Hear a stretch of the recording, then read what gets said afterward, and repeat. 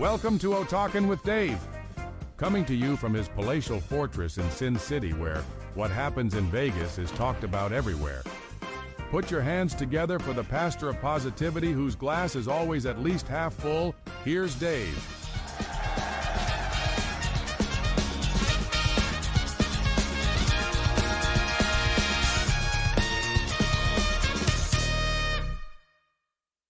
Hey, how we doing? What's happening? I am Top Shelf, and I hope you are the same.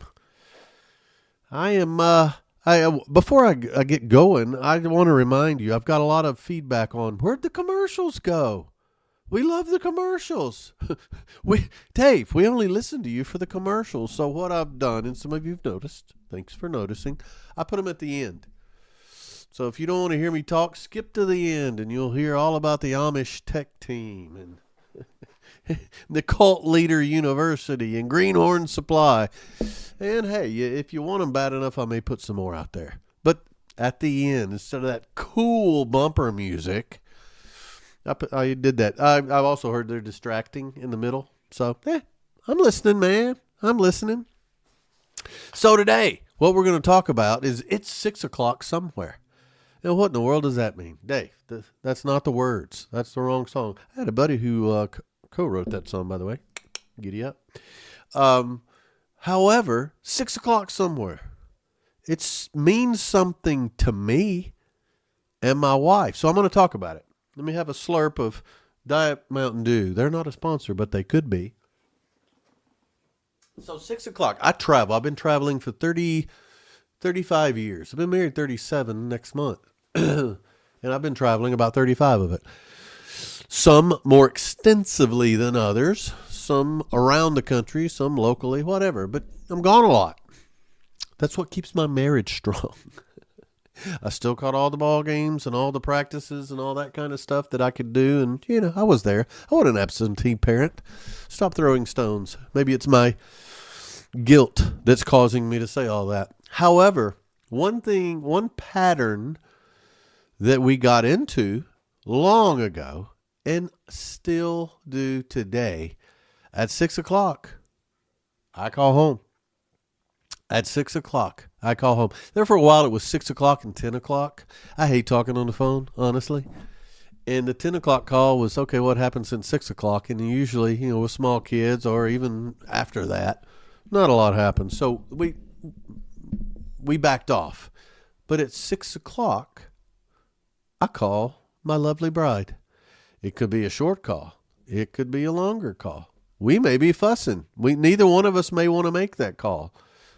She may not want to talk to me. She may be having other stuff going on or whatever. Still, I call. The only exception is if I'm at dinner with a group or have a group meeting or something like that night, I will text her, call you in a bit at a group meeting. I'll let her know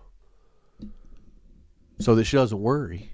And also that I can warn her. Okay, I'm going to call you later. But that's something that we've always done, and it has become not only an expectation, but a degree of thoughtfulness. You can plan a little bit around it, meaning, okay, I need to call, I'll tell her at 6. Or she'll have something she needs to run. She'll have a list, a few things, when he calls on it. But it's an expectation, but it hasn't lost, it hasn't lost its meaning. And the other night I called 6 o'clock on the dot. And sometimes, give me 3 or 4 minutes either way. She said, do you set an alarm? Because I'm in all the time zones. But I always call it 6 o'clock where she is. That's why that 6 o'clock somewhere, that somewhere is where mama is. Because I'm thinking about her. I want to know that. I want her to know that. I wanted to have an expectation of we're going to connect. And so that got me thinking about just little small, insignificant things, but things that people consistently do. And it's really not difficult, and it doesn't have to be anything big. And so I've made a list of things, and then I ask people, like when this comes up in a presentation, I'll ask people, and I'll say, when you probably have things you don't even think about. When you do them, email me and tell me. And a lot of this has come up. And so some of what I'm going to talk about is things that people have sent me. Other things are things I've done myself or what I think might be a good idea, just stuff to try. And then I'll ask you to do the same thing. What do you do? What are the little check-ins? What are the little nudges? And by the end, you'll hear what I'm talking about, because I think it is very important. Most people will do the big things well, but sometimes it's those little things that keep that fire burning. That just when you're having a bad day, that little thing can turn things around. That gets you through. There's some things that we do to get us through till 6:00. And so that it's 6:00 somewhere. That's just something I've been very consistent with, as much for me as her. But it doesn't take that much effort. And it's kind of a stake in the ground. That's what we do. So I believe these are important. We're going to talk more about it, but just thinking about some of the little things you can do. Pardon. Just like little emotional check-ins. I'm not a big I love you guy. We've talked about that. Some people will tell me they love me inside of 10 minutes, and look, you don't even know me. So that I love you loses its meaning or its emotion. But some people do that regularly. As long as it's sincere, I think it's wonderful. I like the little thoughts you send during the day. Maybe it's a text. Maybe a Post-it note. You know, I saw I was at my dad's last week, and he's, in the throes of dementia. But I saw my sister had written a note, and it said, "I love you, Debbie." So whenever he runs across that, that's just a gift. That's a gift. Oh, how nice. And it's can be in random places. What a nice thing to do, or just checking in with somebody. How's your day going? How's your day going? You could open a can of worms with that, but I think another one would be thinking, hey, just thinking about you. Hope you're having a good day. That takes almost no time, very little effort, but can hit somebody at the perfect time when they needed it most. A lot of people will, they're very superficial stuff. Like one of the things is like, hey, how's it going? How are you doing? And then they'll tell you, well, it was really rhetorical. I didn't mean you to go into a long, detailed story, but it's part of what we do. But then there are questions you can ask, and it can be tying back to another conversation. I talked with someone just this morning, and I know last time I talked to them, they were dealing with a challenge that they were worried about. They were confident they could do it. And so when we were talking about something else, hey, how's it going with, and I mentioned that, just that tie back. That meant so much to them. Oh, thanks for asking. That's right, we did. And it allowed them to share. Now, if it had been negative, yeah, but they still needed to talk about it. So ask about it. How you doing with the new job? Have you found an apartment yet? How's this situation going? It shows interest, and as long as it has sincerity, it doesn't take a lot. You're not calling them to ask them. It's an as-you-go type mentality. And I think it's great. It's the small stuff. The small stuff. And if if you do hit a snag, you ask about something that's personal or negative or whatever. Oh, I apologize. I didn't mean to bring you down, and just move on. My bad. Don't act like you're devastated by it either, but just ask and go. Ask and go. Be sincere, but ask and go. A lot of times people will use I've got a lot of friends. If they're not hacking on me, something's wrong. If they're all blue skies and rainbows, If they're like, Dave, you really look good, buddy. You're losing weight. I'm thinking, oh no, they're sick. What's wrong with this person? So a lot of times you can do, give each other the business, and that's what they need. I've got a little, I don't like group text, but I've got one where somebody will bring up something and these other two guys just go at each other. And it's their way of saying, I love you. I miss you. We got to hang out soon. You would never know it, but that's part of that emotional check-in. But the thing I love most, though, I believe, now I love a good heartfelt hug and in special times with special people. But I think laughter is one of the best things. If you give me somebody I can laugh with, somebody that, when we get together, somebody's going to cry or pee their pants. That is fantastic. And it means a lot to me. Not only to make somebody laugh, but somebody that can make me laugh and just reliving a time or making new memories. That's one thing that we're doing with my family now, because when they come out and visit, we got Brandon and Cece, my kids, significant others. We don't have to talk about remember when. We're making new stuff. The next time they come out, hey, remember my birthday when we went roller skating? Every time I touch my hip, I still, wet my pants and pass out, stuff like that. But we relive that. You can do it through pictures. Social media helps to some extent.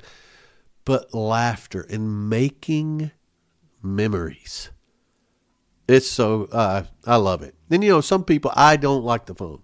But at 6 o'clock, we usually put a time limit on it. At least 10 minutes. And the other night, we had a lot to talk about. We were talking 20, 30 minutes. We never do that. We were actually making fun of ourselves for talking so long.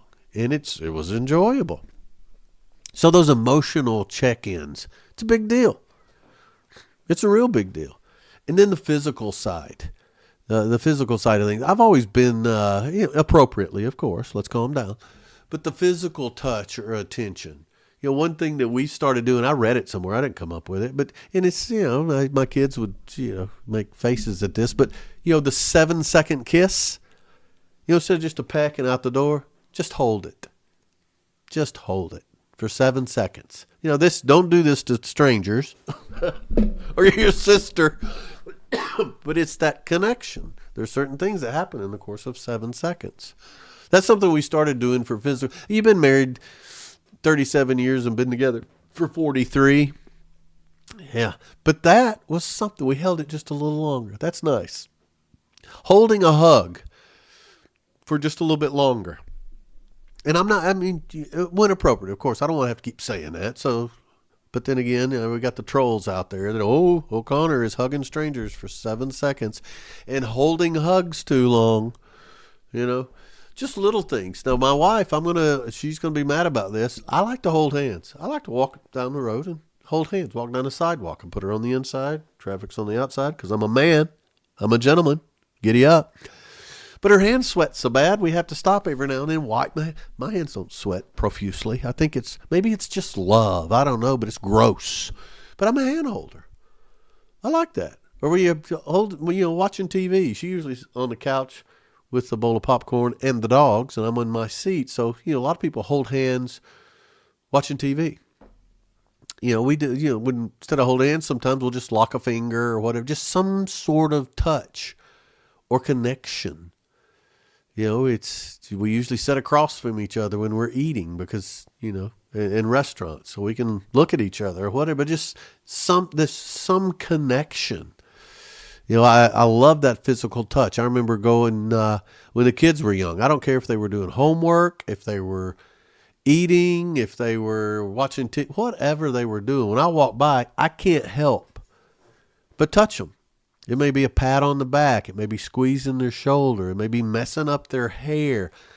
I couldn't walk past them without some sort of contact. I have noticed now, usually they don't walk by me without something. It may be an elbow in the ribs. It may be a full-on bear hug, sleeper hold, or maybe a kiss on the cheek or whatever. Usually not from the boy, from the girl. But I'd like to think we've passed that on to them. That's wonderful to not be inhibited around that. Because some people are. Don't touch me. And that's okay. There are other ways. I don't know. I still do this. I'll walk by my wife, and if she's doing, I'll pop her on the butt. That's the same as a hug, right? Don't you women love that?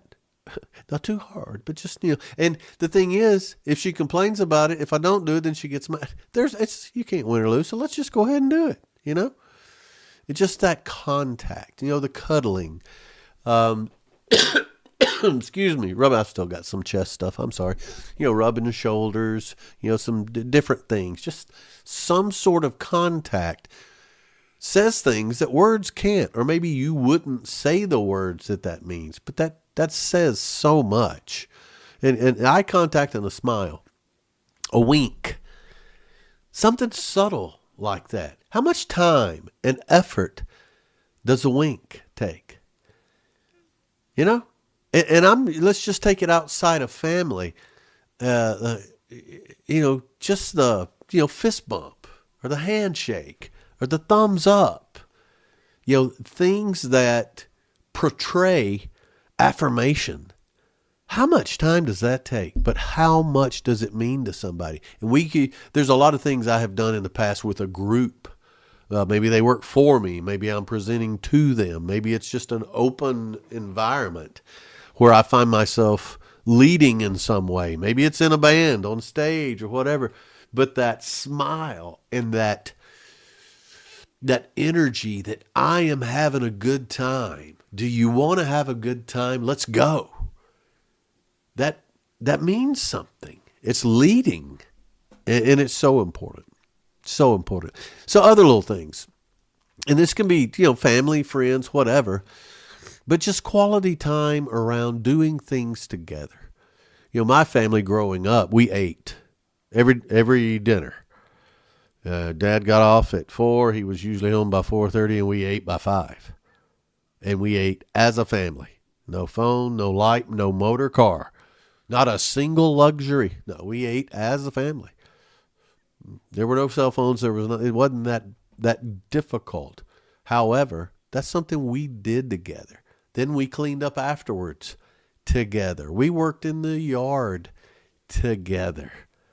I think now similar things that would lend itself to that would be, let's take a walk. We've got dogs. It's easy to take the dogs for a walk, but let's take a walk. No phones. No phones. Smartphones are the biggest enemy of quality time, I think, that ever existed. You can't spend quality time on a phone, on a smartphone, meaning on social media. You can talking to somebody on a phone. However, when you're together physically, get rid of those phones. I can think of times either way when I've been trying to talk to one of my kids and they're messing with their phone, and I can think of the opposite. They're trying to talk to me and I'm messing with my phones. Get rid of those phones. Hobbies. We've started hiking. We do some things together. A lot more. That's important. Things with your kids. My goodness. My son and I, we love music. We go to shows. We started getting the girl on the shows. She loves those.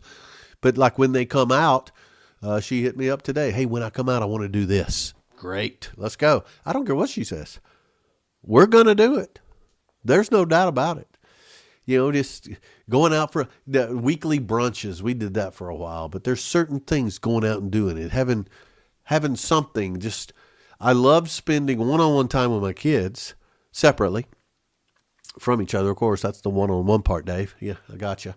But with my wife, I got to keep the fires burning, but also one-on-one time. My daughter and I, we used to have date night when she was young, and we do whatever. We go out and eat wherever she wanted. A lot of times we go to a movie or whatever she wanted to do.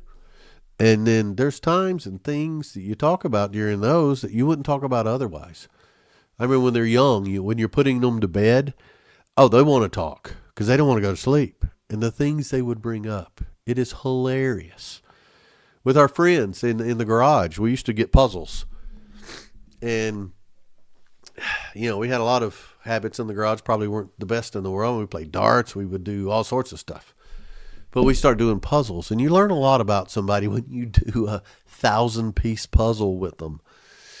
It's, how they think, what they do, what makes them mad. It's almost as good as playing golf with them. But, games like that. When I was at home, we would play, my mom and dad and their friends would play cards. And then later, as we get older, we play cards. We play board games. And you have so much fun doing it. Usually you get away from the game and start doing something else. But it's fun. And my wife and I still have date night. We didn't have it there for a while. Now we're back to it because it's just us at home now. So that is important. But also, I love to schedule. Like I'll go back into San Diego from time to time after living there for so long, and I'll hit somebody up, and usually it is around, hey, what you doing for breakfast? Hey, you want to catch lunch? You want to catch an early lunch? You want to catch a late lunch? Things like that. You meet up at places you used to hang out at, but you got to eat anyway, right? You got to eat. And so doing that, it's so important. But then again, if you're going to do date night or something, do something, put a little lagniappe in it, something a little extra. Can you imagine if your significant other, you say, hey, let's just eat at home. And you may even bring takeout in. But light a candle. Do something like that. Do something a little more romantic. Go to a park. Actually put your feet in the water. Take your shoes and socks on. Put your feet in the water of a fountain or something. Get kicked. Do something different. Just to add a little something extra. Doesn't take a lot. Then, my wife and I tonight, there's a park we haven't been to. And we got two boxers. They're litter mates and we've got to separate them from time to time. So we're going to take Waylon on a walk tonight. We just talked about it by a little lake at a park that's a quarter mile away. We need the exercise anyway to be good for him and to be good for us. I may do something crazy. I may take my shirt off and jump in the lake just to express my love for this woman. I'm not going to do that. There are ducks. Anyway, so, I talk about what you do, but sometimes just sitting quietly. I know my dad and I bond in that way. We don't have to fill the air with words. When something's said, it's fantastic. But sometimes the silence says more. I've learned to not talk so much around my kids. I let them fill the air. I don't have to entertain all the time. And that silence creates opportunity, which creates quality time. Yeah. So then just thinking about some just thoughtful gestures. I've talked about, leaving Post-it notes and stuff. My granddad, Amos Henry, if you've followed me any at all, you know Amos Henry, hero worship. But when I know he was a machinist, and then we passed away, his Gershner box that was very special to me, we looked in there and he had several things. The Gershner box, it's lined and felt. You open it up and there's a little round mirror in the top and a clip. I guess the round mirror is to, I don't know, comb your hair at the end of the day or check for boogers. I don't know what it's for. But that clip, he had two things in there. He was pricing tools out. And it had a list of like a generic brand and then a name brand and the pricing on it. This was from probably the 40s. And then you look in the box and there's one of each. He bought the generic brand and eventually was able to afford the better. Okay. There's another piece of paper and it was a love note from my grandmother. Just a little love note. I don't know how she got it, but it was important enough for him to keep forever. That was cool. Little love note. I remember my Dad would tell the story. My mom would try to be romantic and she'd make his lunch. She would cook a full breakfast and then make his lunch. It usually consisted of leftovers from the night before. But one time she made him a sandwich and I don't know what she was thinking. But she made a sandwich and it had lettuce on it. And then she put a love note in between the lettuce and the top piece of bread. I don't know why. But he's in there eating lunch with all of his buddies and takes a bite and what is this? And it's a big bite out of that love note. But that was thoughtful. They laughed about that forever. I don't know what it said, but he got the message. Just those little things. And Dad would come home, Mom and I would sit on the front porch and wait on him. I was little. I look at that front porch now. I don't know how we both fit on it. But I would wait because that was her way of creating anticipation. I've talked about anticipation. Put things in your life to anticipate, something to look forward to. Well, one thing that she would do is he got off at 4, and usually he had a car or a truck that was louder than it should have been, and we could hear him coming for blocks away. Now, it wasn't crazy loud, but it had a certain sound to it. And we would sit on the front porch, and she would, do you hear it? Like I'm a dog or something. You hear that? You hear it, buddy? And I'd get excited. I'm little. I'm 3 or 4 years old. And the exciting thing was sometimes he would get up, he'd put his hat on my head, that old nasty hat. He'd worked all day. It smelled horrible, but I was thrilled. And sometimes he would bring me something from the vending machine. At that time, it probably cost a dime or a quarter. That was a prize to me. It's fantastic. Of course, once he did it, he had to do it pretty often, especially if he saw me on the porch and he had to get something. So that was a token of he was thinking of me today. He's at work. I don't know what work meant, but that small token, and I never forgot that. One thing I've started doing, and I'm not bragging on myself. I'm not good at this stuff. I have to be reminded. But there was one night, I was coming home after a gig. It was probably 2:30 in the morning, coming through Barstow on the way home. Excuse me. And I was at one of those Love's truck stops. I had to use the bathroom. So in Barstow, it's about halfway home. It's the king of stops. And what I mean by that is you can stop, you can top off the tank, you can use the bathroom, you can get something to drink and something to eat. Checking all the boxes. Fantastic. Well, I was sitting there and I was thinking about my wife. I'll be home. It's going to be middle of the night. I'm going to try not to wake her up. I'll try to sneak in, whatever. But I looked over at this little stand and there were some of those Beanie Babies. And it was an owl with these big eyes. And it was just staring at me. And I'm thinking, I'm going to get that. And I got it for my wife. Just a little Beanie Baby. $8, I think. And I get home. And I put it on the island so the next morning she sees that. And, she is so thrilled that I thought of her. And it's cute. And we look at its name or whatever. Now, every time I usually stop at Barstow on the way. Every time I go to Southern California, I think she's got 5 or 6 of them now. Anytime I travel, I look for something. I don't know if kids are home anymore. But it's something, it makes me feel good. But it's something thoughtful that I'm stopping anyway to make that connection, and so I'm not innately, I think I'm somewhat romantic and somewhat thoughtful, but it's on the big stuff.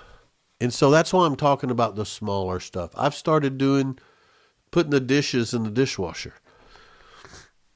I cleaned my toilet the other day and you would think I had bought her jewelry. So just do something that's usually what they do. Not because they're overworked and they can't do it and they won't, or they're not doing a good job. It's that token of, I was thinking about you and I did this. It's so much important. More important than the importance you put on it. Just little things. Little things. There are so many. I'm not even gonna freelance with this. She started doing cold brew. My son turned her on to cold brew. Probably a bad idea. I started making her cold brew. Not because I can make it better. I probably can't make it as good. But she doesn't have to stand in line. She doesn't do it. Now she's got cold brew every morning. Oh, she probably doesn't even like it. But she's thrilled at the effort I put forth. It's not even that much effort.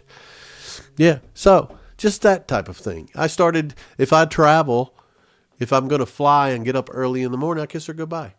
Just a peck on the cheek while she's still in bed. Not that I'm morbid and think, okay, this is the last kiss. No, it's just, that's it. Good morning. Good night. I remember my grandmother and grandfather. It was gross at the time, but they're old people. And they're used to being in their house alone. But I remember at night when you go to bed, he would read in his Louis L'Amour Westerns, and she would read something, probably some, National Enquirer magazines or whatever. And then you could hear them in there. And then you would hear the lights click off and you would hear a big smack where they kissed each other goodnight. Every night. You can wait on it. It's going to happen. That's sweet. It's right there. It's fantastic.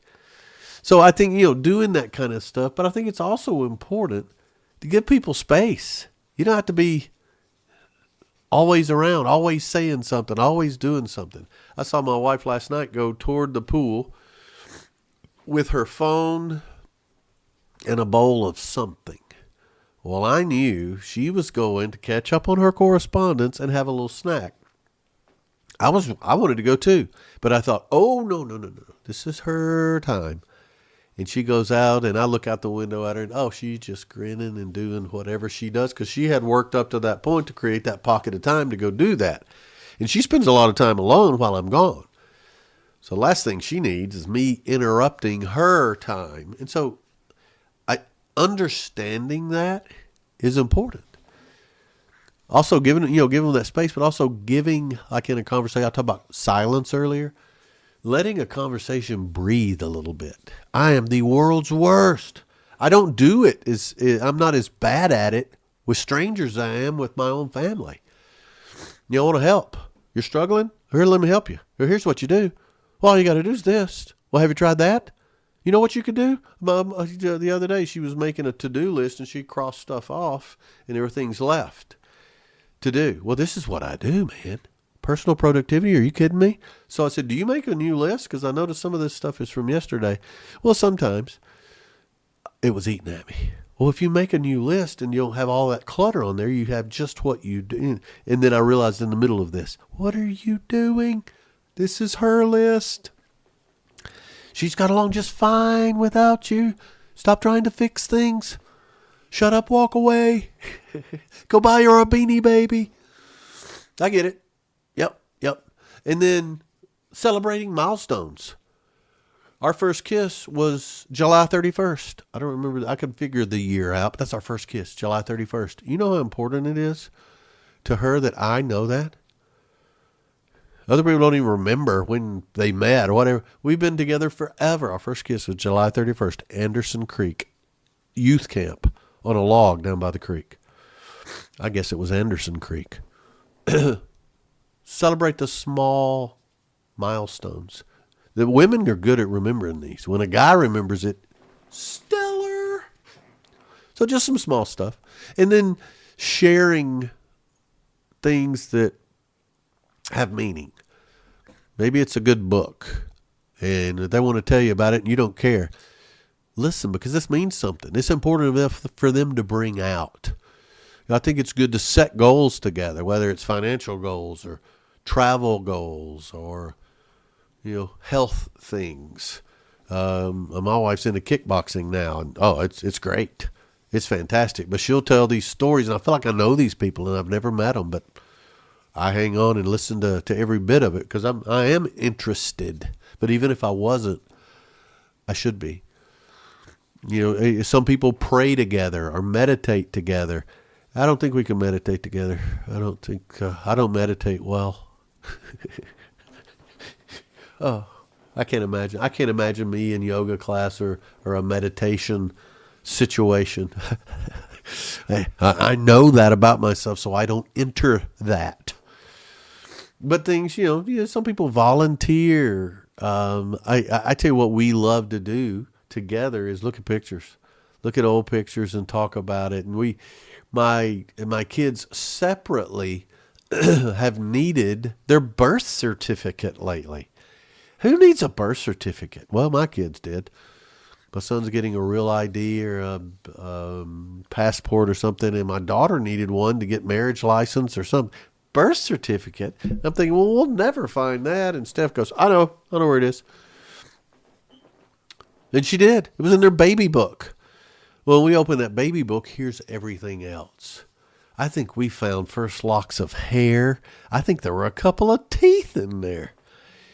Oh, and she just poured over all that stuff. But we talked about it and the memories and the pictures and all of that stuff. Sharing those times together. It's fantastic. And no one else can share that the way we can. So, we are very open now. Things bother us. We're on a good track right now, and let me knock on wood. Because if something's bothering one of us, we say it now. Like the other day, We were doing something. I thought I was helping her out. She was taking a dog for a walk. I took another dog. Well, she'd been working on something specific with the dogs and needed to tell me that. Well, she knew that I'm not one to really get into something like that, so she didn't. Well, it bothered her that she didn't and worried that I was doing something that was contrary to what she was. And so instead of letting that fester for a while, we talked about it. Now, that seems so simple, but it's the closest thing I can come up to right now. In the past, she would have just been mad for 2 days and probably forgotten what the original problem was, and we would have just had conflict. We're taking time every day now to talk about it. What's bothering us? What's going on? What could be better? And it's really baby steps and honesty and common sense. We don't do well with common sense, but we're trying. So it's taking that time to, what's going on? What about today would you change if you changed anything? Not make it about me, although it usually is. Also, talk about anticipating things. Talk about the future with excitement and energy and the good stuff. And then you can talk about the fears. But talk about what's right before you talk about what might not be. And then, things that we share. What are some other things we can do together? What are we enjoying? What are we not? Let's go to some new restaurants. There for a while, we would either do pub crawls or just go to a bunch of different places during the day. But the rule was we can't go anywhere we've ever been before. We live in Vegas, and we'll go to the same place and eat the same thing over and over. Well, this challenged both of us, and we really enjoyed it. It's fantastic. So that's an idea we had. We were excited about it. We couldn't wait till the next time to do it. So, and then a lot of times, just learning something new. She's become a reader. She's reading a lot of different stuff. She's getting more involved in stuff online other than just social media and things like that. And it's really, she's bringing up topics that she would not have earlier. And it helps me because it's interesting, but it's also good for her because she's expanding. And when we both show that excitement, that doesn't take a lot of effort. But it's exciting for two old farts just hanging out together. It's been together forever. So the main thing is being cheerleaders for each other. It takes hardly any effort.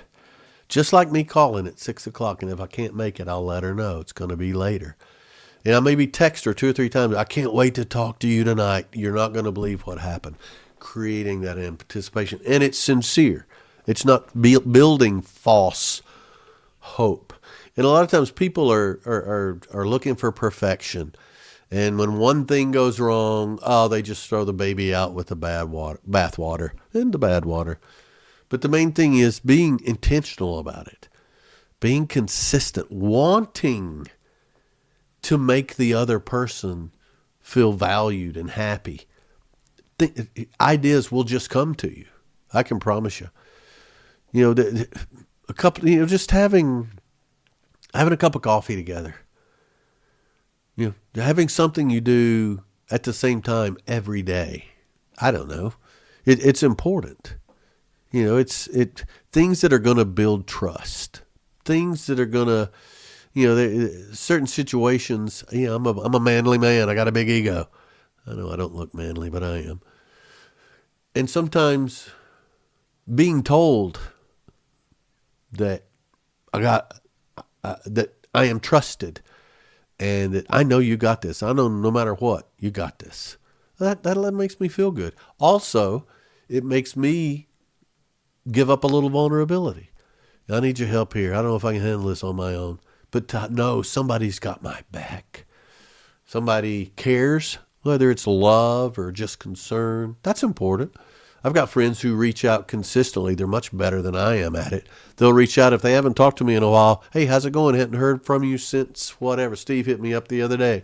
Said, I don't think we've actually talked since the Super Bowl or since New Year's Eve or since whatever. We text all the time, but actually talked. You're right, buddy. We got to catch up. Things like that.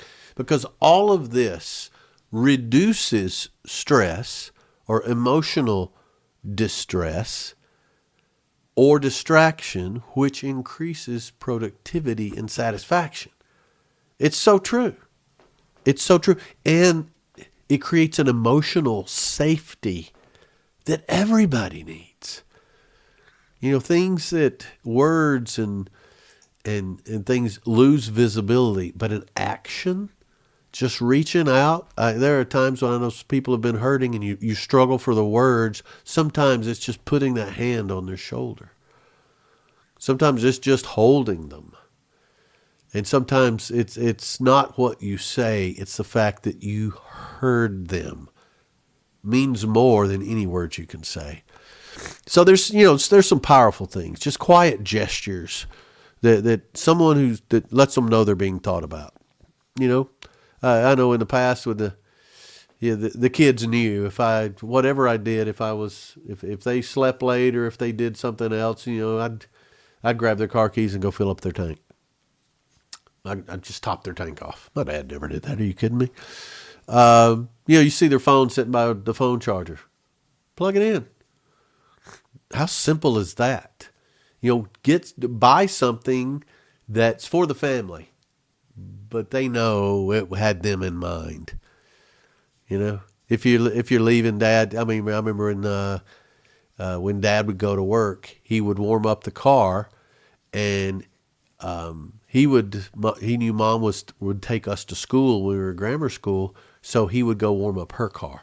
Or if it was iced over, he would clean the windshield off or whatever. Just little things like that. I think back and think how much that meant to her, because that was something she was going to have to do. I know Mom, when we would take our lunch to school, and she would hide certain things to where we wouldn't see them in the pantry or snack drawer or whatever. We didn't have a lot of snacks. But when it came time to pack the lunch, she would slip that in there. It was going to be a surprise for us at lunch. And so excited. Little things like that. We can do that with each other as adults. Just little reminders that I was thinking about you. So hopefully, there's some mental helpers too. Like sharing what you're going to do today, your to-do list. Just different things around, household items. Making the coffee in the morning. Not cluttering up things. Making sure that if you need to refill stuff or you're going to the store, hey, do you need any toiletries? I don't look in your female side of the deal. Do you need anything? Well, just checking before you go. If they're worried about their parent or their sibling, hey, did you talk to them today? Did you call them? You told me to remind you to call them, or just checking in. Or just a reminder. I was thinking about you. You seemed upset last night about so-and-so. How are you feeling today? Things like that. So there's so many different things you can do. Just, I complain about social media and I complain about smartphones, but it make it so easy with a text to say so much. Or just little things throughout the day. And sometimes it's specific to a person. But a lot of times it's just respect. Being quiet, not interrupting, bragging on them in front of someone else, even if you don't know they hear you, being very benevolent in that regard. When I remember as a child, when I would hear somebody I respected brag on me, it just made me feel closer to them, because they do notice I am somebody. And then people are weird. You can make fun of them a little bit, but sometimes, hey, it's not weird. It's just them. So giving them some space to be weird a lot of times. That's it. But, all of these things, a lot of them are boring. A lot of them are just common sense, and you're thinking, Dave, what's going on here? Just the whole thing of, I thought of you. You weren't here, but I thought of you, and boom. This proves it. You're important to me. I noticed something. I noticed a look on your face. I loved it when you smiled at this, because it told me, you get it. And we're the only two people that got it. So there's a lot of nonverbal connections. And I know a lot of times people are thinking, well, I'm not good at this kind of stuff, Dave. I just don't notice this kind of stuff. So just that honest, meaningful interaction. There's a few ways to get started. Things that feel natural. It's got to be sincere and it's got to be natural, but maybe you set a reminder. You set a reminder in your phone. Send so-and-so a text today. Send her something that you're thinking about, or a someday quote. Meaning, like, I remember when my dad was big on, I wanted something. Well, someday or one day, you come up with that. One day I'd like to do this. Or just out of the blue, we need to try that new restaurant on our next date night or something. It lets you know. But set a reminder that will trigger that. Create a shared favorites list. What are snacks that you both like? What's music you both like? What's some comfort items out by the pool that you both like? What relieves both of your stress? And that's things you can share. It's not just yours and mine. And just little things. That can be helpful. And build on current rituals. Meaning, okay, I make coffee. She's up. I'm going to pour her a cup of coffee and sit there. And then while we're having coffee, let's add to that. Add a ritual. Add a conversation. What's something I can do for you today? Or what's on? Just go over your day with them while you're having coffee. That stacks a habit on top of a current habit. It's that time that will generate conversation you may not have otherwise. And then just notice. Start noticing what makes them light up. You probably already know. You probably make a list, but it may be something new. When do they snicker? When maybe they don't even realize it. Or when do they smile? What are they smiling at? What is that? Maybe you never noticed it before. What seems to calm them down? What fires them up, but what calms them down? A lot of times it's, some people make better notes than others, but if you're not wired to remember details, I send myself texts all the time. But sometimes you just need to admit, I'm trying to get better at being thoughtful. Can you help me with that? I care so much, but that's just not developed. Can you help me with that? That's tough to say sometimes, especially for a big burly man. So, you don't have to be good at it. You don't. You just got to be willing to try. You can be awkward. You can be what? They'll get the message. Just be willing and humble and sincere. Because that's what real love is. So if you've got that, that's more than enough to start. So building these habits, they create momentum. And it would be like an investment that pays an unbelievable return. Just give a little and it will blow up on you in a good way.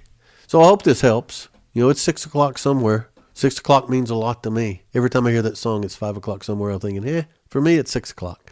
Not for the same reasons. So I hope you enjoyed it. Hey, dig in.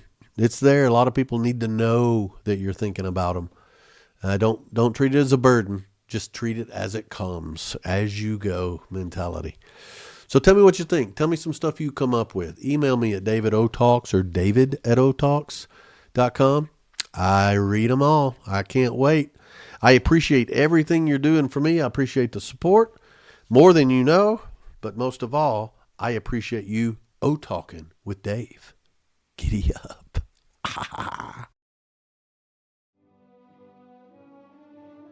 Hello there. Are you out of work or looking for a new career? Do you feel like you have a lot of potential and just haven't hit your stride? We know just how you feel, and we are here to help.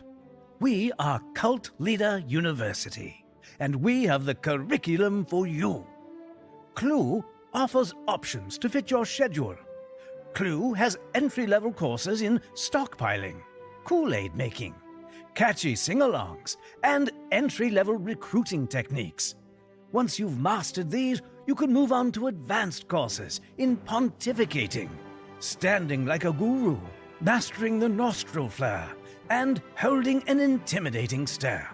Enroll at Clue, and if you pay for a full year in advance, Clue will help you develop your mantra, give you ideas for clothing requirements, and equip you with original handshakes, utterings, or code names. Don't wander around in anonymity. Enroll in Clue and set your own rules. At Cult Leader University, we can't imagine what you're capable of, but we know it's impressive. Cult Leader University can change your life and the lives of anyone unfortunate enough to be around you. Remember, if you don't have a clue, we are the school for you.